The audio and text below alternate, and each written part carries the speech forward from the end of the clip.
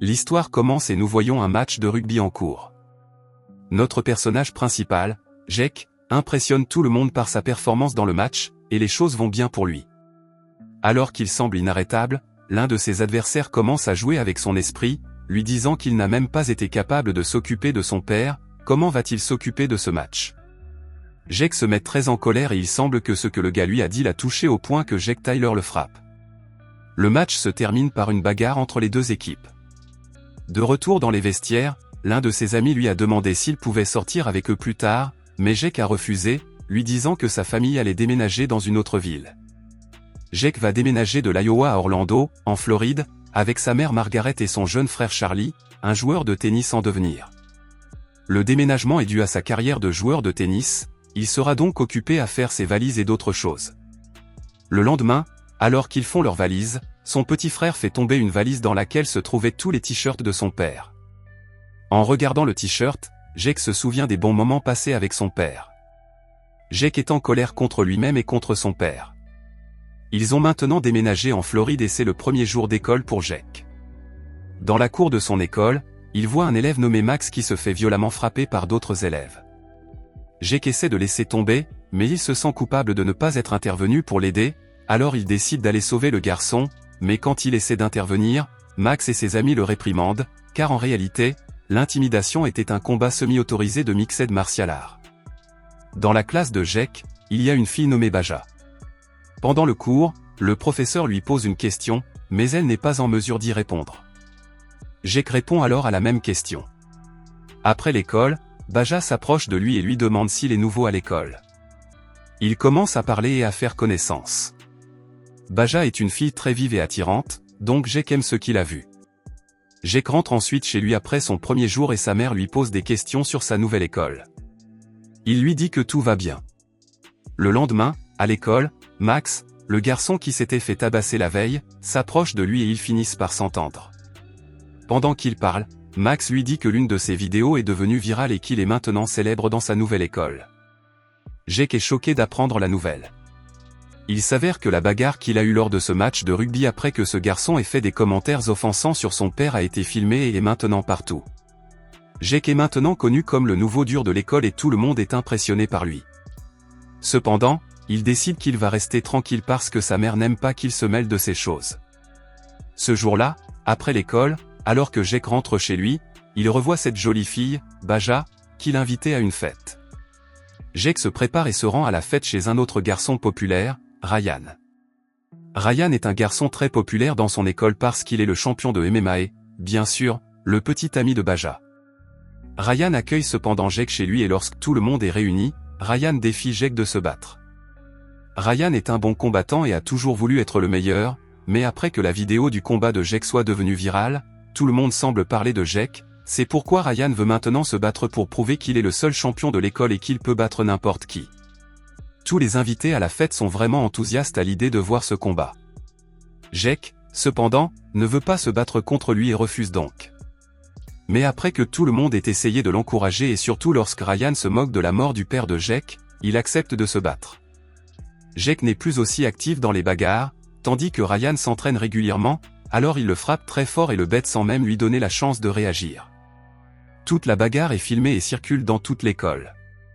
Jake a maintenant honte de lui-même.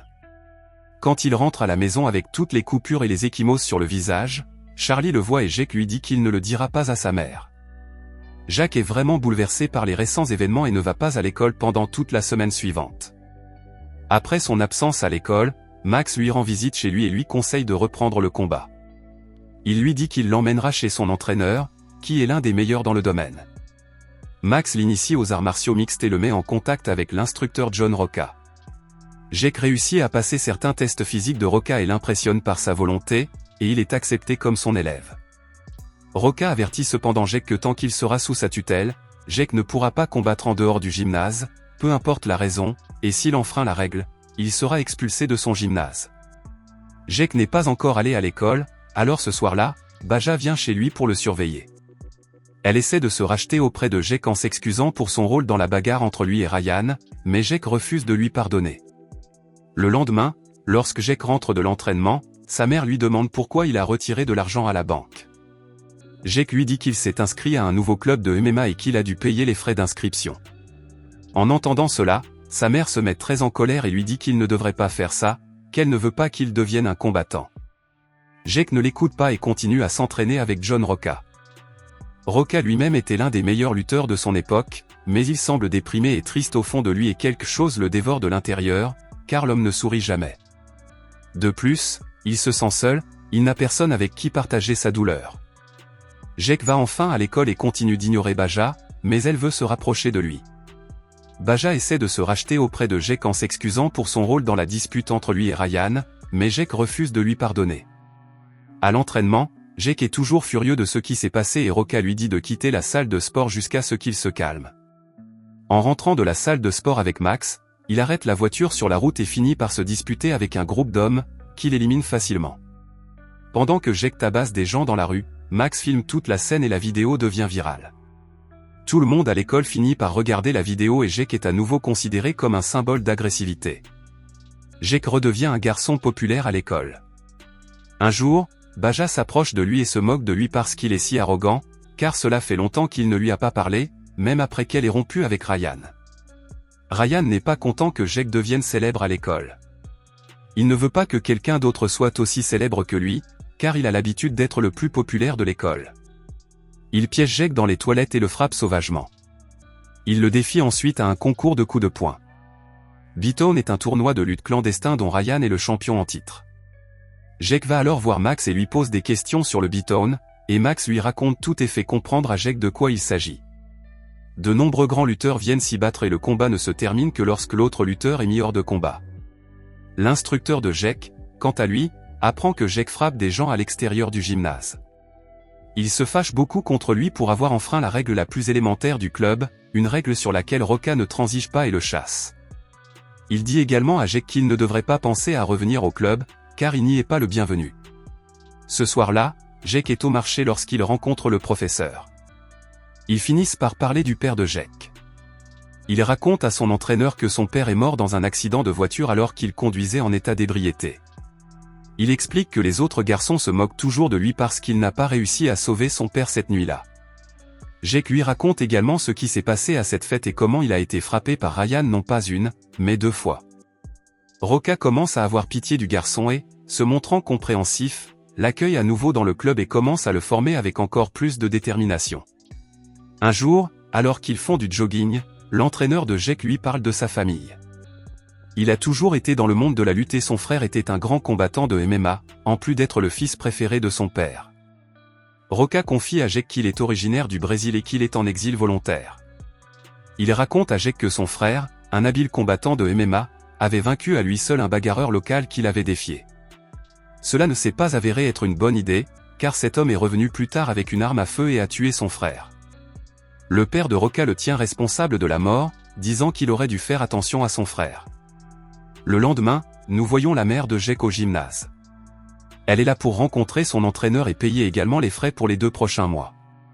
Il s'avère qu'elle a maintenant accepté le fait que son fils soit devenu un lutteur. L'entraîneur de Jake le félicite également et sa mère est heureuse de l'entendre. Jake fait également amende honorable auprès de Baja. Il lui rend visite et s'excuse de l'avoir ignoré pendant si longtemps. Ils expriment leurs sentiments l'un pour l'autre et commencent une relation. Max reçoit un message sur son téléphone et découvre que le beatdown aura lieu dans quelques jours. Il se rend chez Jake et lui dit qu'il est proche. Ryan, quant à lui, s'entraîne dur pour le beatdown. Le père de Ryan lui rend visite et lui dit qu'il ne devrait pas être si fier de lui, puisqu'il n'a pas encore battu le meilleur. Par le meilleur, il veut évidemment dire Jake. Jake finit par hésiter à participer au beatdown, le considérant comme quelque chose que veut Ryan, mais son opinion change après que Ryan a invité Max chez lui et l'a agressé, le laissant sur le seuil de la porte de Jake pour qu'on le trouve. Après avoir laissé Max à l'hôpital, Jake rend visite à son instructeur et discute d'abord de la décision de Jake de participer au beatdown, mais finit par céder et rappelle à Jake de vérifier le résultat. Jake arrive au tournoi et lui et Ryan passent toutes les manches, sortant tous 2 victorieux. Jake arrive en demi-finale malgré la blessure qu'il a subie lors du match précédent. Baja vient non seulement pour le soutenir, mais aussi pour lui dire qu'il comprend pourquoi il insiste pour se battre, afin qu'il n'ait plus à le faire. Après avoir appris que Ryan a été disqualifié lors de son demi-finale en raison d'un œil crevé illégalement, Jake abandonne, ne voyant aucune raison de continuer. Alors que lui et Baja essaient de partir, Ryan l'affronte et les deux finissent par se battre sur le parking. Jake est encore limité par sa blessure et Ryan prend l'avantage au début, mettant Jake en position de faiblesse. Cependant, Jake s'échappe et met Ryan KO en utilisant l'une des premières combinaisons que Roca lui a enseignées. Jake finit par gagner le respect de ses camarades de classe, y compris Ryan. Roca décide de retourner au Brésil pour se réconcilier avec son père.